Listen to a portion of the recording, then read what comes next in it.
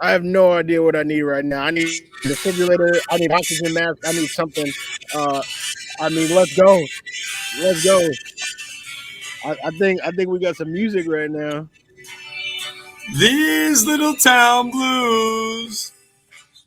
All right. We won a game, Woody. What do you think? We certainly did. We certainly did. Oh my gosh, the Jets defeat the Browns 31-30. Um there is so much that took place during this game. The one thing I will say, I think everybody is thinking it. Garrett Wilson is him. I mean, if you want to talk about people who are smart that know the future, look no further than your man, James Wudi. In my Woody 3, I was saying we need to air it to Garrett. Every single time this boy catches the ball, it's electric. Even when he got hurt, that was one of the most electric injuries I've ever seen. He is special. Two, not one, but two TDs in his second game in the NFL. Air it to Garrett. This man, he is him. So he is, and not only is he him, but maybe Mike LaFleur is too. My biggest criticism that I had going into week 2 was, is Mike LaFleur going to get his act together? Indications showed that he did. He was able to go and put together a lot better of a game plan. I wanted to see more shotgun out of Flacco. We did not get that as much as I wanted to. But we had a game plan that did not involve 59 pass attempts from our 40-year-old quarterback. Our backup quarterback only had to throw it 44 times, and he found the wide open receiver, which was Garrett Wilson, apparently, every single time he dropped back. What a game. It was unbelievable. Okay. I mean, even the running backs, they didn't get, super going, but like I felt like there were a couple times where we would have a silly penalty, and then Brees Hall, they would do this sweep to Brees Hall, and he would recoup everything that was lost from the penalty. I mean, these guys, they did look good. They did look spry. There were a couple times where it looked like Brees was gonna break loose. He didn't. But I mean, these boys were taking flight. LaFleur, you already know how I feel about LaFleur. I mean, right now he upstairs, and yeah, I mean, between his game plan, right, the running backs doing what they could, recovering Conklin's silly fumble. That's 2 in a row. Tyler, you get me nervous. You get me a little nervous, but yeah, I would say the offense. I mean, 31 points.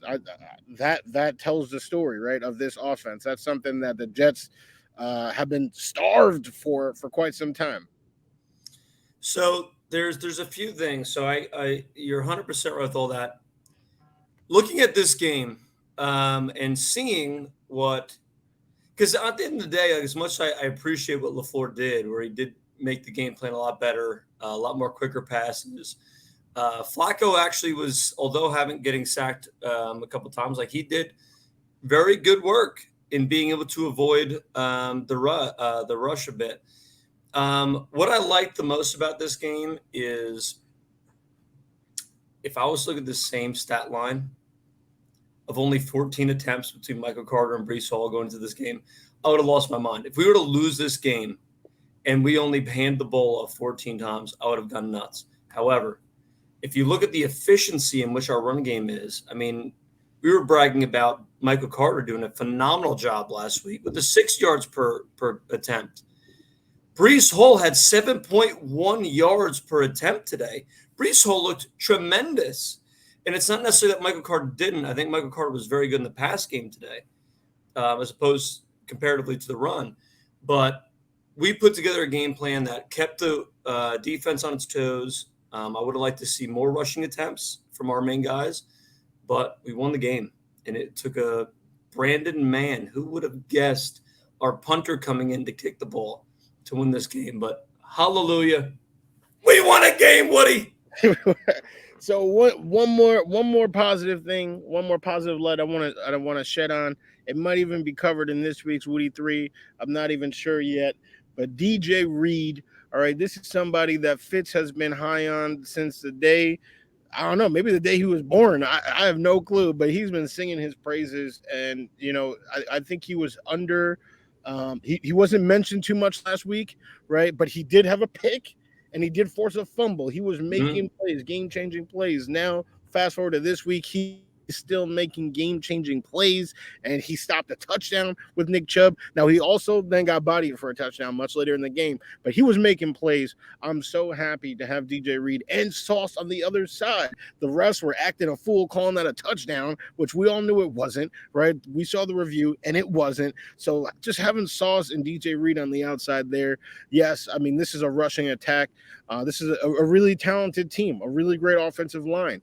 All right. They did not get to that 130 number that I was hoping for. I bumped it up to 150, which Fitz didn't like. They got 184, but I'll tell you, that's 30 yards less than the Panthers. Okay. I think the defense, all things considered, were, I mean, not great, but it wasn't horrible. It truly was not a horrible effort from the defense. So how did you feel about the D?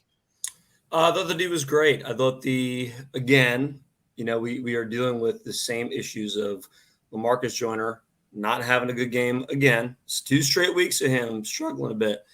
Jordan Whitehead had a couple misses as well. At the end of the day, safety is definitely, going into the season, if you were to ask me what is the weakest part, I would say our second safety as well as our linebackers. And our linebackers definitely gave up more rushing yards to Brissett than I think we should have given up. However, I think they're also overperforming relative to what our expectations were going into the year. Bringing in Quan Alexander, I think was a great thing. I'm glad we have him, and I'm happy with our linebacker play. But relative to if we're going to identify what is the weakest part of this defense, I think safety is still a position of issue. Jordan Whitehead was hurt. He still played, and he played okay. He had a couple good plays, I think he missed the assignment a couple times. But ultimately, safety and linebacker are still the concern going into next week, going against the Bengals, where, Burrow is a dual threat and numerous different ways to define that. Like this guy's a winner. This guy has the winning mentality. So it's something we're gonna have to worry about. But that's for Thursday. As for today, we won, and I cannot possibly be happier. I mean, Quan was hitting people in the backfield. He smacked Kareem Hunt. All right, he made Kareem Hunt look like Kareem Prey because he got smacked in the back. Like it was crazy. Quan was making plays. How funny is it that the bane of my existence, my arch nemesis, if I would ever have one, Ashton Davis, was actually the person that sealed the deal for this win. That was unbelievable. Now let's talk about that for a little bit. Is that did the Jets win this game, or did the Browns lose it? Because I'm telling you right now, if I'm in the dog pound, I am mad. All right, I'm gonna look like one of Michael Vick's dogs out here. He's so mad because I mean, up 2 scores with 2 minutes left. Okay, missing the kick. That might have been what sealed the deal. Missing that extra point. Yeah. Right. Then you got the onside kick, Braden Mann. That like just so many things had to go wrong for them to even give us an opportunity. The Corey Davis didn't even run a route. Wide open. I think he walked up the sideline, was like, "Oh, should I show up for this play? Like, I guess I'll walk on the field." Wide open. It was unbelievable. It was like when you're at the park with your brother and you're like, "Yo, go long," and like there's no one there. Like the exact same experience of doing that at whatever local park you go to is the experience that Corey Davis just had. So like all of those things, right? Like that's one mistake, but then the kick and then the onside kick and all that. Like so, I feel like this is definitely more of a Browns loss than a Jets win. So what do you brought up a good question ultimately, and I'm on your side relative to question this, because this is something that you got to question. If you're the Browns, that's a question you got to ask. If you're the Jets, we won a freaking football game, and we need to be nothing but happy about that. But if you're the Browns, I would absolutely look at this as us giving up a win. This is a game that you're the favorite in. You were winning the entire game in, and towards the end, you gave up an onside kick. You gave up a wide open touchdown to Corey Davis that really should not have existed. So yeah, I think in a lot of ways the Browns did lose this game, but at the same time, You cannot be a loser of a game if someone did not come in and win the game. And I think Mm. the way we put together the game plan, the way we had deep track opportunities to win a game, like to win a game off of an onside kick, that's a low likelihood. Like from a statistical standpoint, that doesn't happen often.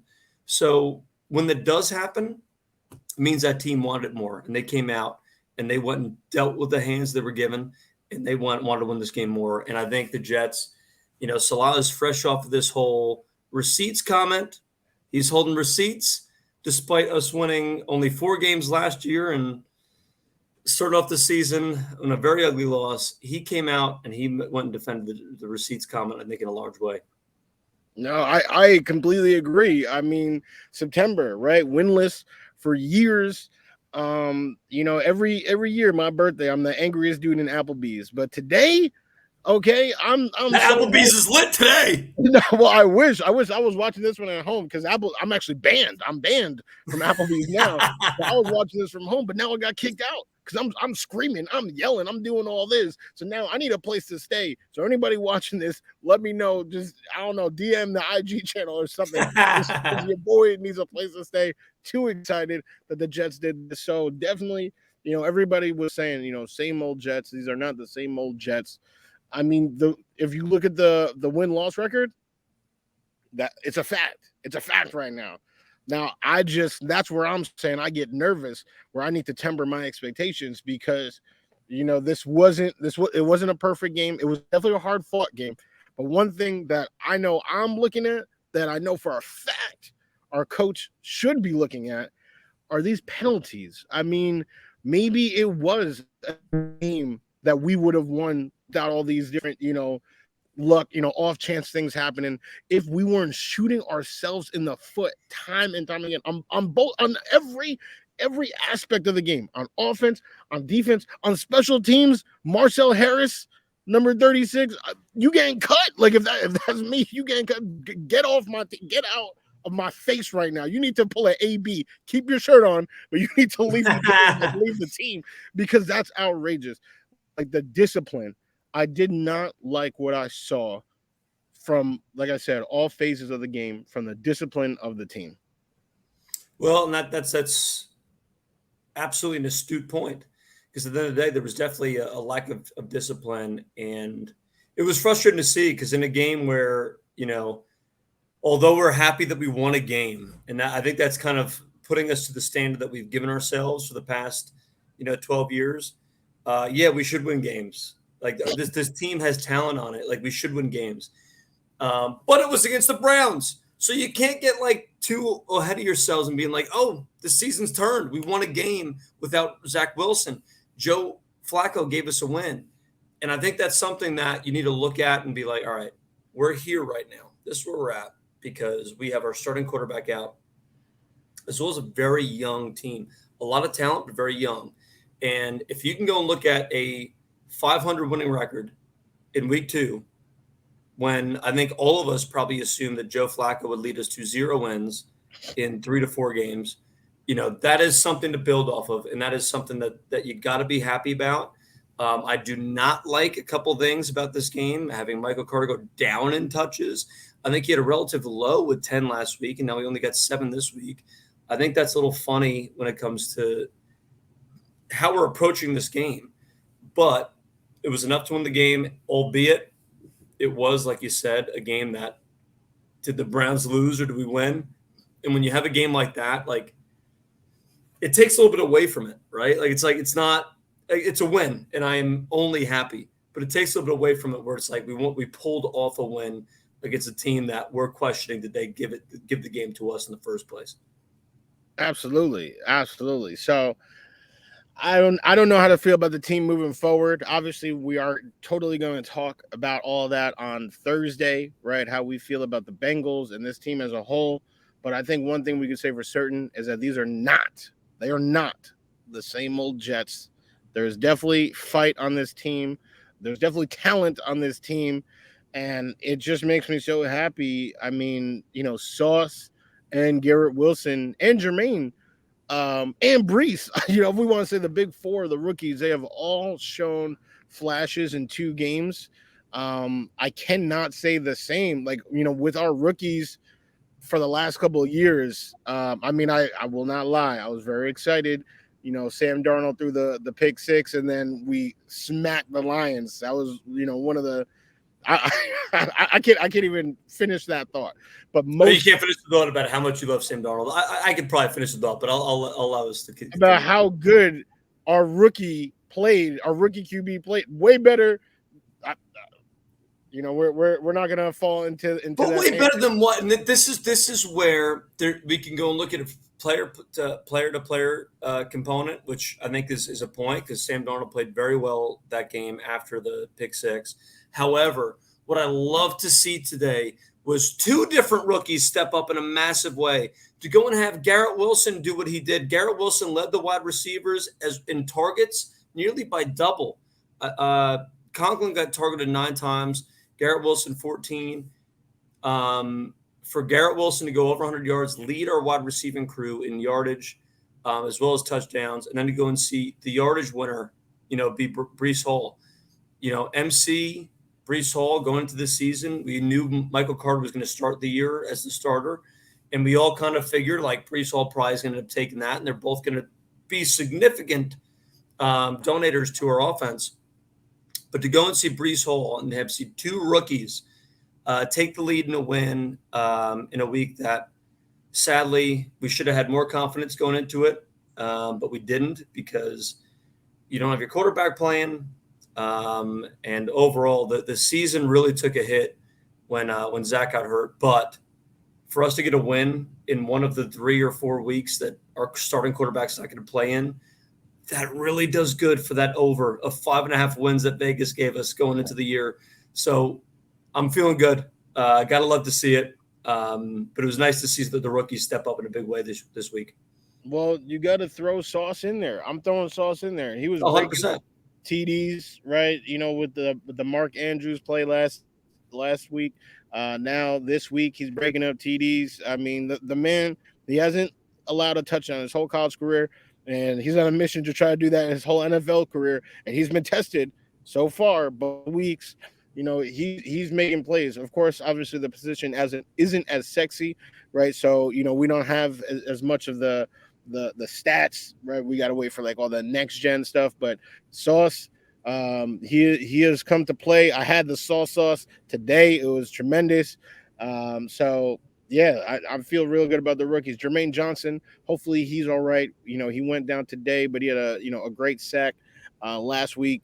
So I'm just, I think what your point was before was that multiple rookies are stepping up. It's not just Darnold had the great game. No, like the draft class of 2022 and Max Mitchell, right? For all things, he's a 4th rounder who had no one was expecting him to start games this year, and he was thrown into the fire. Like he was literally thrown right into the deep waters of having to start at right tackle week one, and he's going against Myles Garrett. That's like, what kind of life is that to live? But that's what he was doing, and he actually saved the whole game by getting that fumble recovery. All right, so Max Mitchell, he definitely got cooked. I'm not trying to say he is the best right tackle in the league or anything like that, but he's trying. Like he is a dog, and that's what I love about this regime is that I do feel like they do have those character guys that they keep talking about, and to see Max Mitchell, somebody that low on the totem pole, make such a big play, such a crucial play for us, I think is a beautiful thing. So it's not the same old Jets. It's not. And I think one of the things that you mentioned that I agree with entirely, which is just the breadth of the rookies, the younger guys that played well. And like I mentioned, Garrett Wilson and Breece Hall, and they both had very good games. But it's the breadth of it. It's like, look at Max Mitchell. This guy is not – we never drafted him to be a starter. We never drafted him as a guy to play in the next 2-3 years. He was a guy that was like, he's going to be a depth guy. And if he has to come off the bench, maybe he can go and put together something like that can keep us, competitive. And he did that today. He was not great. He was not somebody that we're going to write home about necessarily. However, this kind of comes down to the whole Salah and Joe Douglas. Like this tandem I love the leadership that Salah brings in the locker room. I love the talent evaluation that JD brings in, and of course, JD's first draft was not good. Joe Douglas's first draft was nothing to go and lose your minds about. However, his second and third were very good, and it's still early. We have a lot of the things to figure out. But when you come in as a GM to run a team, to run a franchise, you expect to have some like first, second, third year rookies, on the rookie contract to be like competitive and like play on the team at the very least. What he walked into was a decades long drought of young talent being on that team in a rookie contract. We had nobody. So he's really starting from scratch.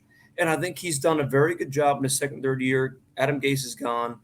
But this is how we build a team that he wants, which is having 4 or 5 years of drafts under your belt, to have some young death guys that want to fight, they want to eat, to have Robert Salah as the head coach.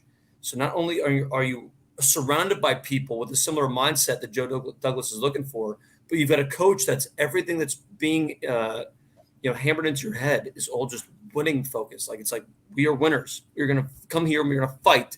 We're going to do everything that we can to win games. And I loved the Joe Douglas, Robert Salah duo that we had this week, which was young players they drafted, leading the offense on catches as well as rushing yards. It was truly a beautiful thing. Garrett Wilson does get my vote for the MVP of the game. People do not get fooled by the fool's gold of that old fool Joe Flacco. I know he threw for not 1, not 2, not 3. He threw 4 TDs, 0 picks. Okay, what a ratio for old man Joe. The man is still trash. All right, do not get fooled.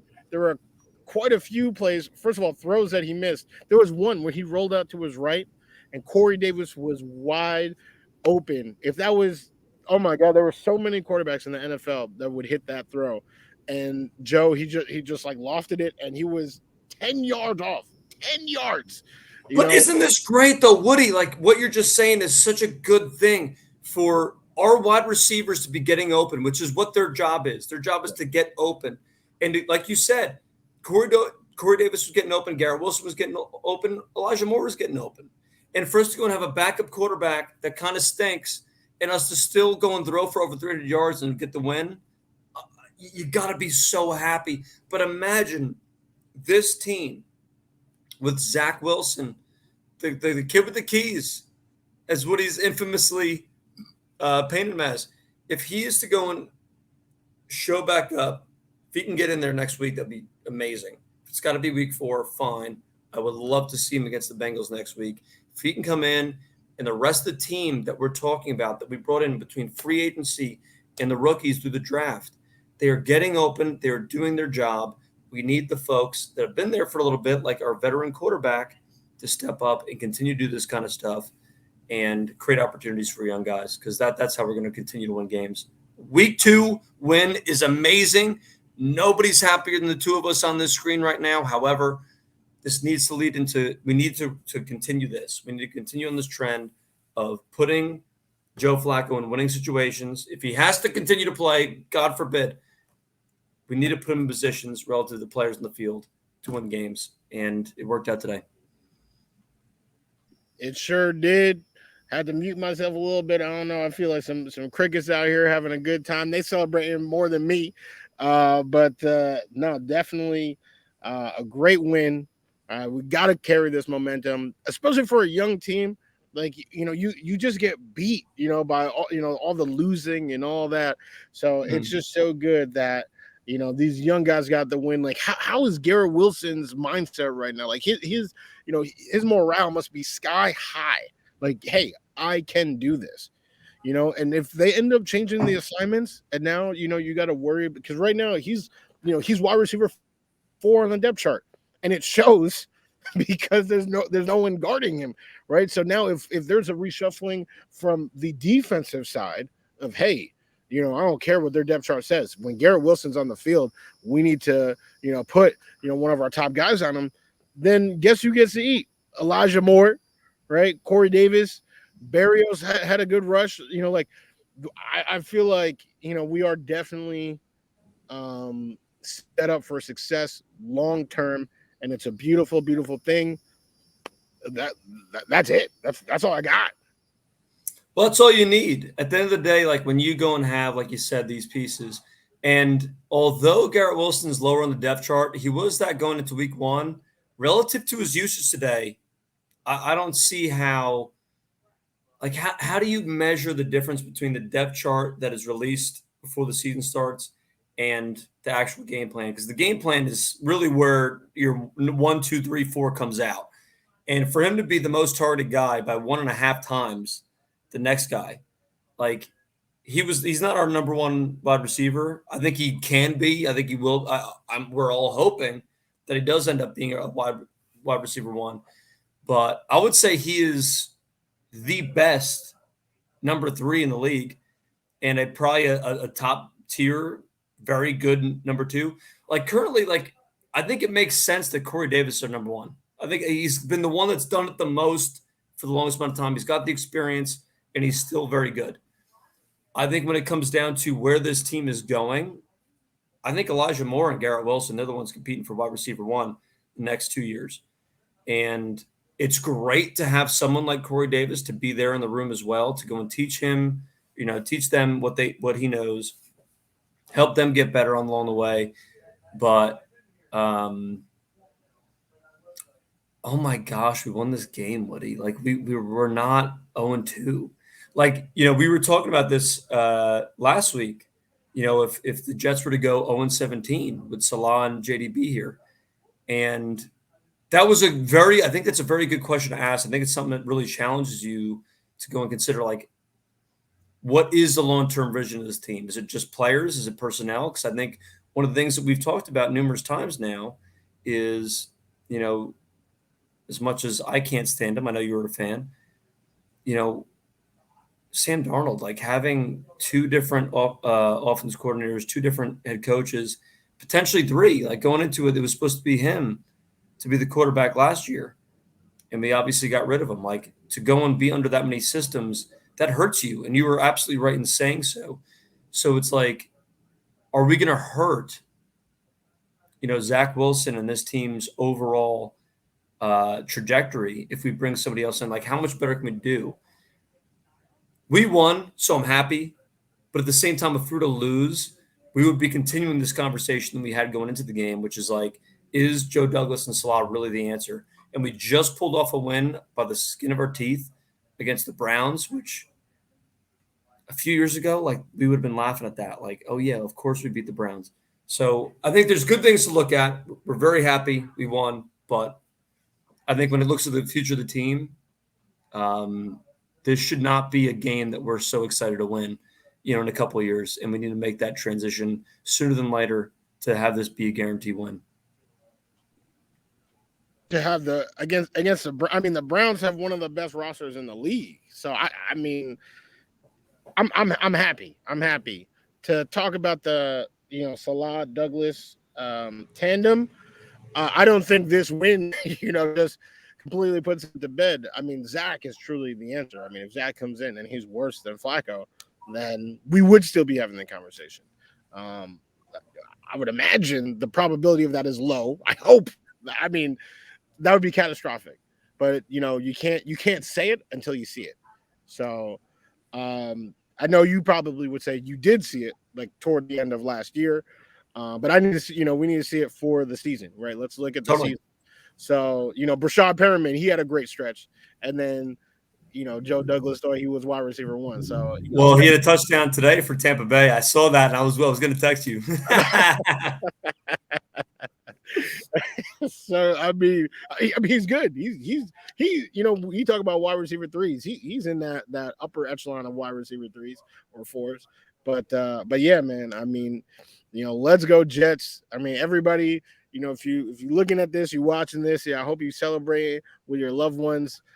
With me, I gotta find again a place to stay, but I'm gonna celebrate with somebody, whether it's a raccoon, a squirrel, or just some homeless dude down the street. I saw one before. He had a nice cardboard box. Maybe he has a beer for me. I don't know, but it's New York Jets football, baby. That's Stevie. No, I know Stevie. He's got you.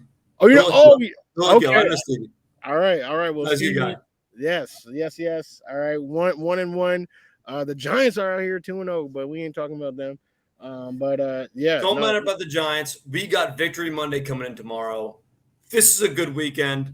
yes, Winning a game that Joe Flacco started puts us in a position where we knew 3 weeks ago, 4 weeks ago, that we were going to struggle the first at least 3 to 4 weeks, right? So for us to go and start 1-1, that's okay. If Zach Wilson doesn't come back to week 4, and it seems like, and this is another thing, Zach Wilson, he was referred to as fantastic by Robert Salah. They said he looked fantastic. If he looks fantastic and the doctor clears him, for the love of God, play him next week, please. I beg of you. Because if we have Flacco against the Bengals, we're going to get smacked. And we'll talk about that on Thursday this week. But I think we've got some good things going into week 3 with. We got to win, and I think we might have Zach Wilson back as well. let's go. Take flight talk.